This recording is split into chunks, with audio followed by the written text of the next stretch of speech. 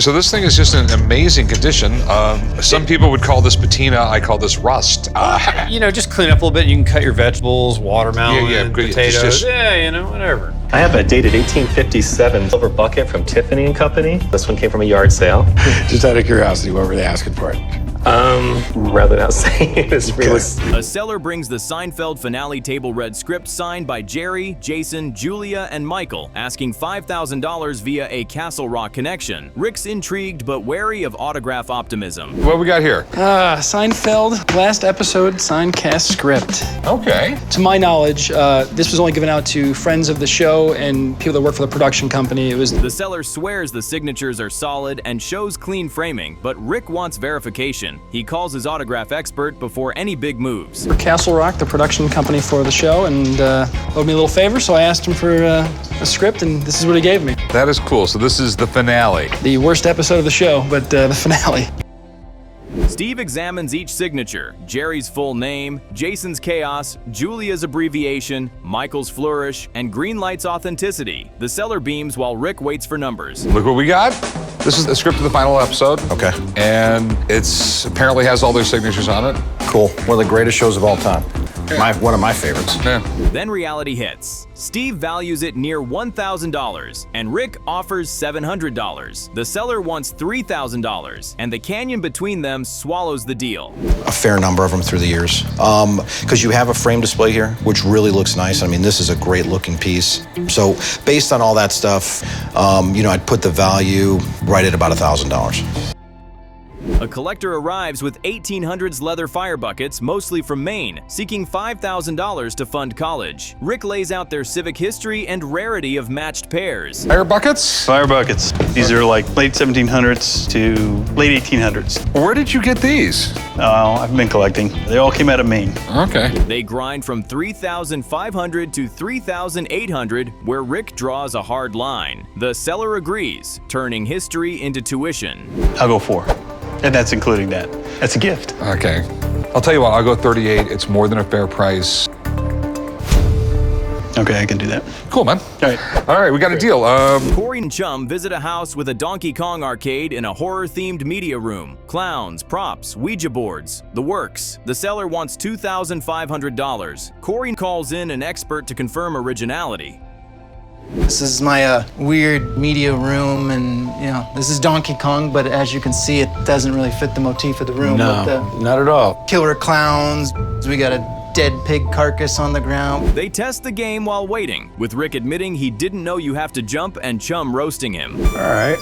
Tell me, man, what are you looking to do with it? I'd like to keep it, but my house is only so big. What are you looking to get out of it? I'd like to get $2,500 out of it. Nick's summoned to check boards, monitor, and cabinet. Nick authenticates the cabinet, board, and monitor, but pegs retail at only $600 to $800. The seller's shock is instant. Well, here it is. Wow. Yeah, I took a lot of my lunch money back in high school. Good old Donkey Kong. Yeah, this was the game that gave Namco a run for its money, because Namco was the king in America with Pac-Man. And then when Shigeru Miyamoto came out with this, Nintendo basically conquered America with it. Rick offers $300, stretching to $400, but the seller refuses to drop his pride price. No deal. The machine returns to the clown cave. I mean, I can offer you $300 for it. No, I wouldn't. I've got to double my money. If I went up to 4, would it change your mind at all? No, it's too cool a piece to sell for 4. I wouldn't be able to do it. I totally 100% understand, my man. Thanks a lot. Hope you find room for it. The offer is way lower than I thought. Back at the shop, a Lincoln-era White House chair appears with letters and a clipping, priced at $2,000. Rick calls historian Mark before risking presidential money. It's a chair, one of the most famous chairs you'll ever see. Oh, really? Abraham Lincoln sat on it. Why he was in the White House. Okay. Well, I'm sure he sat in a lot of chairs. Mark compares carvings with period images, including Matthew Brady's, and the details don't match. The room chills as the provenance wobbles. When you look at this, you can see this decorative element is not the same as this one. So obviously, this chair isn't this chair. And the interesting thing is, the chair that's in this photo is one that Matthew Brady owned. Without photographic or documentary proof linking it to Lincoln's White House, Mark says it won't hold up. Rick passes, and belief gives way to hard evidence. It's just the way I do business, but at this point, I can't make you an offer. So thanks for coming in, but I just can't do Thanks it. for looking at it. No problem. A guy brings in strange antique restraints that look like budget medieval cosplay gear. Rick and the seller laugh until Rick actually tries them on and quickly realizes how uncomfortable they are. The mood switches from goofy to why did anyone invent these in seconds. What do we have here? They're disturbing is what they are. disturbing. I didn't know what they were, but I thought they'd be good for a gag gift. My daughter was going to her prom, and I thought I'd get them for her boyfriend. Do you know a lot about them? Not a lot. The pressure on Rick's wrists is instant and brutal, and he's done playing test dummy. He labels them miserable, evil things, while the seller smirks, clearly enjoying the show. At this point, Rick knows they need an expert just to figure out what nightmare device he's wearing. Yeah, that's not gonna work. Ow! Yeah, these are miserable. These would definitely keep you from doing anything. Yeah, they sure would. Give me a good price and we'll take them off you. Yeah, whatever. These handcuffs hurt. Mark arrives and identifies them as Mackenzie mitts from 1925, rare restraints used to transport prisoners. He explains they were short-lived because guards needed cooperation to put them on, and once restrained, inmates could still use them as weapons. The chilling backstory suddenly makes their bizarre design make sense. These are the handcuffs I called you about, and what the heck are those things? They're like really disturbing. I've worked my entire adult life as a locksmith. I'm an expert in police memorabilia and handcuffs. When it's time for numbers, Mark values them at $3,500 to $4,000 at auction, sending the seller into orbit. After some playful bargaining and creative math, Rick scores them for $2,000, turning a $100 flea market buy into a potential $1,900 flip has everyone grinning. Like 1,600. That's not in the middle. Depends on what kind of math you're using. I was using real math. Have you ever heard of a Mackenzie handcuff auction? No, can't say that I have. Neither have I. $2,000 is the best I can do. All right. All right, deal. You got it. All right, let's go do some paperwork. All right, thanks. Next, a seller offers an unopened Old Taylor Prohibition whiskey bottle he once received to settle a debt. Rick and the old man perk up. This is literal history in glass, labeled for medicinal purposes only. The idea of getting a whiskey prescription for a cough has everyone chuckling. Where'd you get that from? Well, it was about 30 years ago. Guy owed me some money, and evidently he had two of them, and he found them in his grandmother's attic. He drank one and paid me with this one. Rick explains how Prohibition sparked terrible bootleg liquor, bathtub gin, and cocktails invented to mask the taste. He also talks about pharmacies legally filling whiskey prescriptions, which feels both ridiculous and perfectly on brand for the era. The old man jokes that some of that stuff could probably make you go blind. The Prohibition Act outlawed alcohol, except for when you needed it for medicinal purposes or religious purposes. If you wanted whiskey, you either bought bootleg whiskey or you got your doctor to write your prescription for it. A fixed RX label through opening. So I guess this is where the prescription label would go. When it's time to deal, the seller asks $250 and Rick counters with $200. They make the deal quickly, and Rick is clearly thrilled to add a display-ready piece of Prohibition history to the shop. Even if no one ever drinks it, the story alone is worth the shelf space. Here's the deal. I'm just taking a shot in the dark. I'll give you $200 for it, and that's what I could do. Well, I never really knew what I was going to get for it, and that was more than what he owed me by far. So we got a deal. Thanks. Then Corey and Chumley get pitched a massive hot air balloon designed for 12 to 14 passengers. The seller walks them through burners, BTUS, and upgrades while Corey crunches numbers and Chumley cracks jokes about hot dogs in the sky. It's equal parts business meeting and carnival. Well, there's less balloons in the air. Well, that's true. We're looking to upgrade to a larger balloon. And I really don't know that much about these. What can you tell me about it? This particular balloon is 250,000 cubic feet. It's designed to carry a pilot. The seller wants $45,000, but after some back and forth, they land on $38,000. Corey believes it's a solid turnkey investment with real earning potential, even if buying a balloon at a pawn shop sounds insane. The plan is to let the profit margin do the flying. And I got to convince my father and my grandfather that this is a good decision. We've got upgraded fabric in it. We've got a rapid deflation system in it. You're going to have to convince me a little more than that. A new balloon like this today would run you about $110,000 with all the options this has on it. Rick walks outside, sees the giant balloon basket, and immediately flips out. When Corey admits he bought it, Rick loses it over the $38,000 price tag, snapping that this isn't a damn video game. His frustration is loud enough to practically rattle the basket. What the hell is that thing in the parking lot? That is a 12-passenger hot air balloon. What the hell is it doing here? Bought it. Wait, you bought a hot air balloon? Yeah, Chum and I bought a hot air balloon.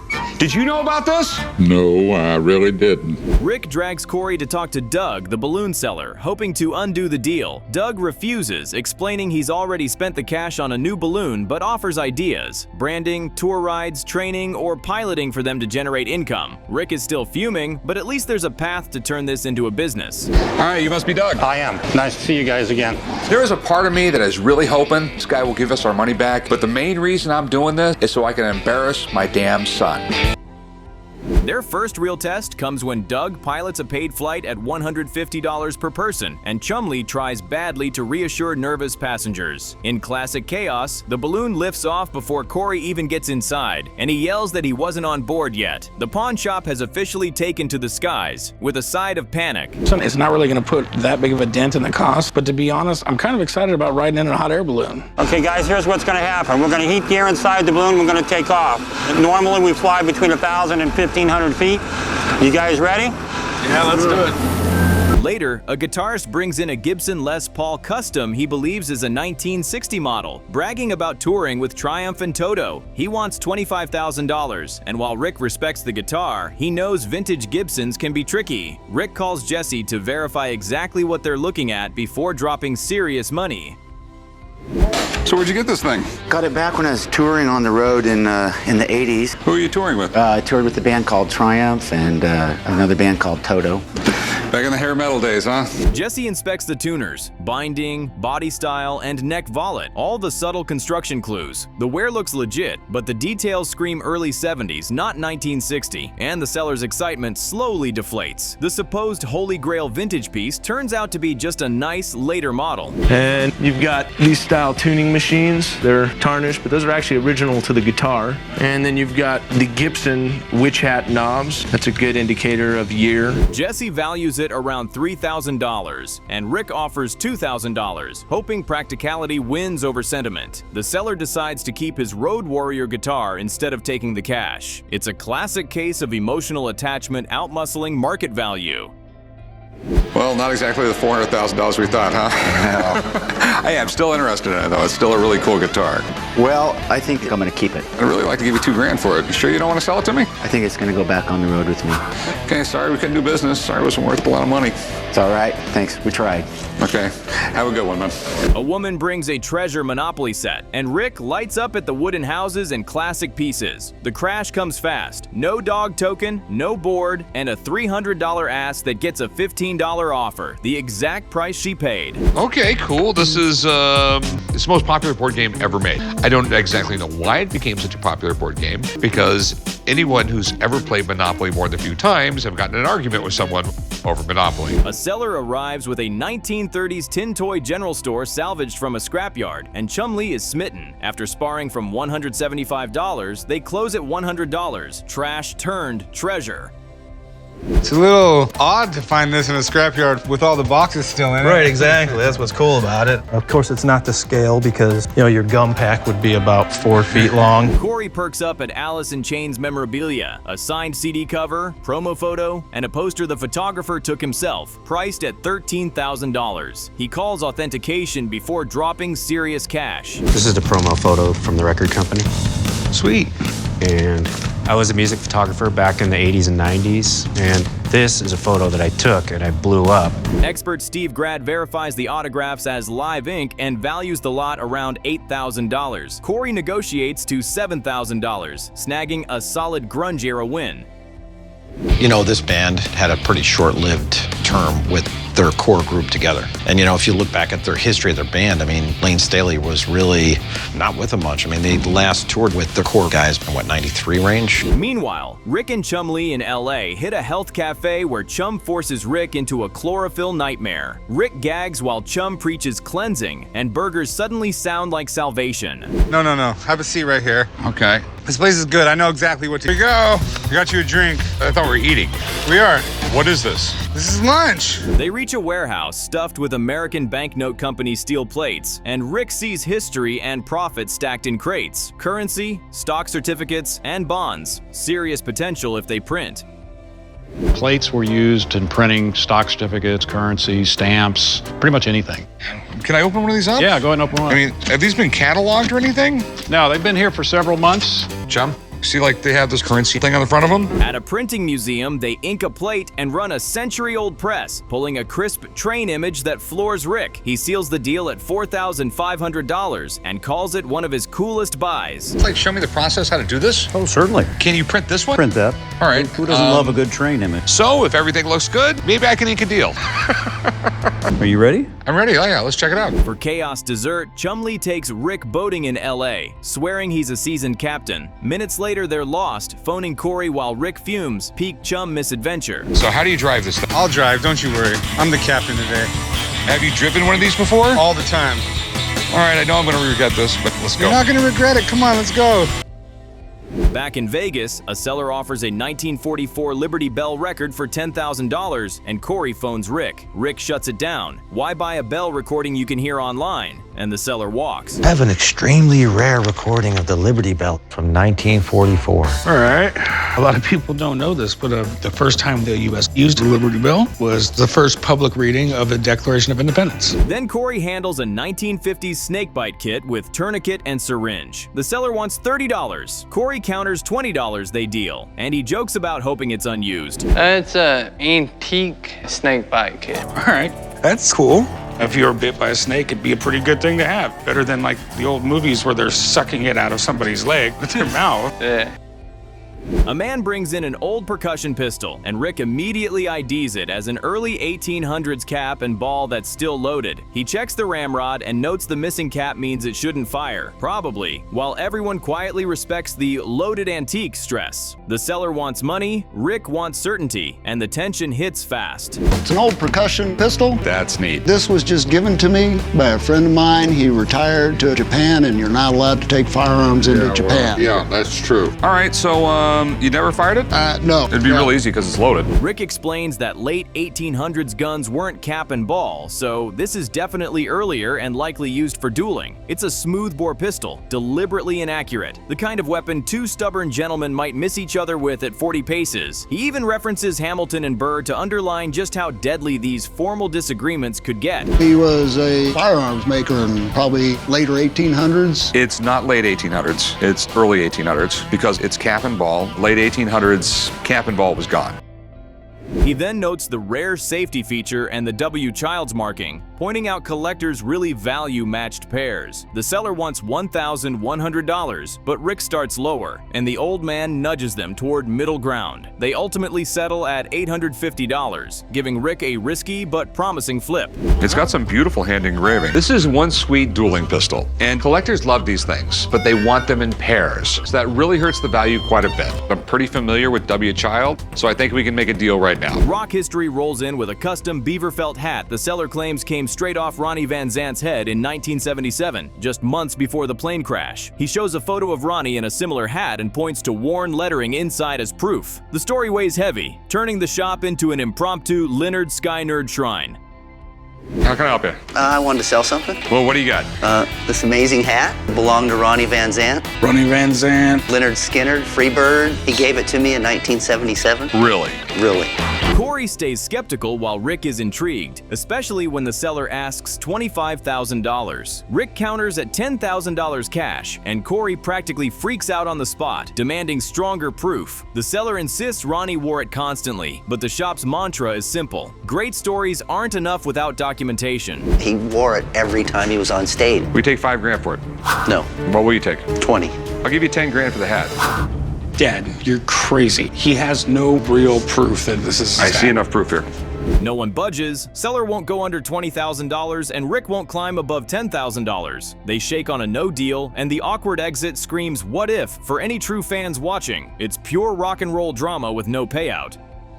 If you change your mind, give me a call. I will. Man, I really wanted to make a deal on this. He wanted way too much. Maybe he'll get that price at an auction one day, but he's not going to be getting it from me. Next, a first edition of David Copperfield by Charles Dickens shows up, courtesy of a seller who won it after a golf game. Rick nerds out on Dickens's serialized publishing and iconic characters, impressed by the $4,000 asking price. First editions can be monsters if the details line up. One of my favorite classic writers. Yeah, he was like a rock star. There's some pretty iconic characters he created.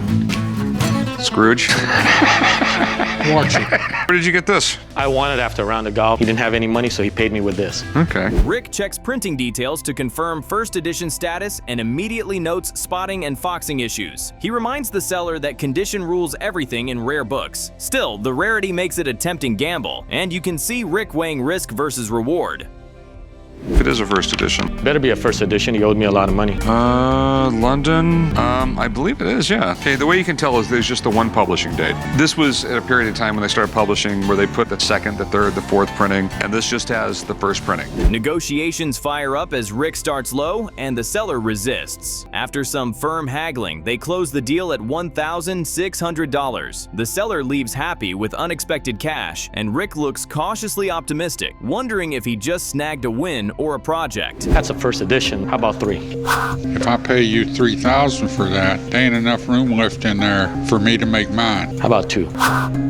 Rick, good, you pay him $1,200 for the damn thing. Let's get it over with. Later, Rebecca arrives to evaluate the Dickens purchase and checks all the bibliographic hallmarks. She flips to page 16 where "cannot recall" is misspelled with one L, confirming it as a first issue copy. Then she dings it hard for heavy foxing, shaving off some of the value Rick hoped for. Don't lose my place, damn it. Apparently, Rick bought what he thinks is a first edition Charles Dickens. Dickens was probably the most popular writer in the 19th century, and it's pretty difficult to find first editions of this book. Even with the wear, Rebecca estimates a retail value around $2,500 to $3,000. Since Rick only paid $1,600, he's safely in profit territory, and the old man immediately demands the book to read. Rick's relieved grin says it all. This gamble paid off. A retail value of $2,500 to $3,000. Oh, sweet. Okay, you had me scared there for a second. How much did you pay for it? $1,600. Ah, you're set then. Okay. Later, a vintage payphone arrives, already converted for home use, so nickels, dimes, and quarters still trigger that classic sound. Corey points out these aren't super rare, but people love functional nostalgia pieces. After negotiating from the seller's $250 down, Corey lands it for $140 and another simple, clean flip. I know there's collectors who like old-fashioned stuff on the wall, and the fact that it's still functioning. $150? I'll do like $125. Maybe $140? I'll do it, man. That's no problem. Okay. All right. Chum, you want to go write them up? Rick spots a vintage German cutaway training model and lights up like it's Christmas morning. He's already imagining it running before anyone finds the plug. Do you know much about it? Not too much. I know it's a German cutaway model. They use them to train chauffeurs and auto mechanics. Hey, Corey. What's up? Come check this out. This is like super, super cool.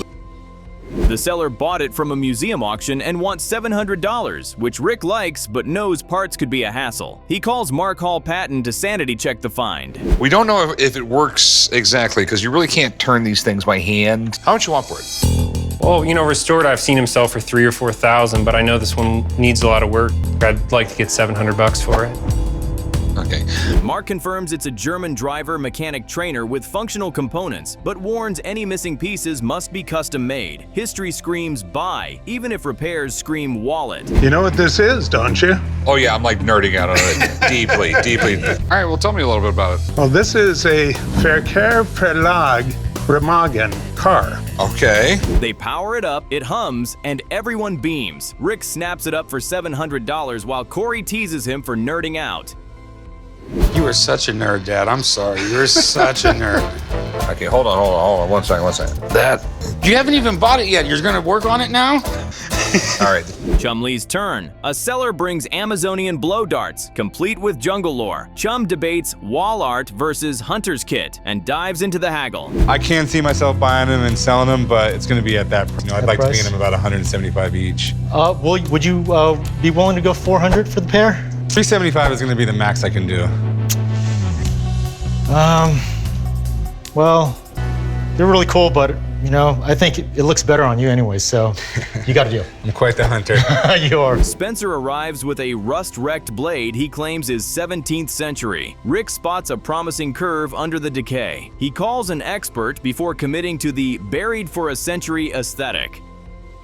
Got pulled out of the rock. It's just been sitting there waiting for you. This was under a pile of rocks. Wasn't pulled out of the rock. This was in a pile of rocks. pretty cool. My dad found this at a yard sale. Sword expert Dave identifies it as an Afghani pulwar built for horseback combat, with guards to snag and snap enemy blades and grooves for weight and strength. Rick goes from doubtful to possessive in seconds. We don't know anything about it. I mean, you can tell it's Middle Eastern, and that's all I know about it. Can I take a look at it, Rick? Sure.